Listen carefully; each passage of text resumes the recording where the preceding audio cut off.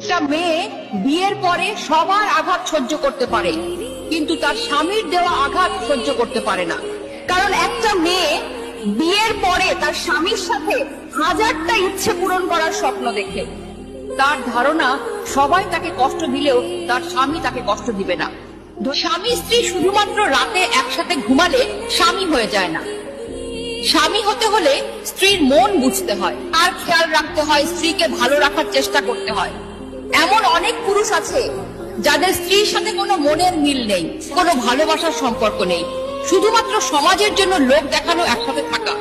যার স্বামী এমন, শুধুমাত্র সেই মেয়েটাই বোঝে জীবন্ত লাশ হয়ে বেঁচে থাকাটা কতটা কষ্টের। প্রতিটি বিবাহিত মেয়ের স্বপ্ন সারাদিন পাখি যেমন এদিক ওদিক ছুটে বেড়ায়, আবার দিন শেষে ঘরে ফিরে ঠিক তেমনি দিন শেষে তার স্বামীও ঘরে ফিরবে, তার সাথে সুখ দুঃখের গল্প করবে, তাকে বুকে নিয়ে ঘুমাবে। কিন্তু আফসোস, সব মেয়ের ভাগ্যে তার স্ত্রীকে বোঝার ক্ষমতা স্বামীর থাকে না।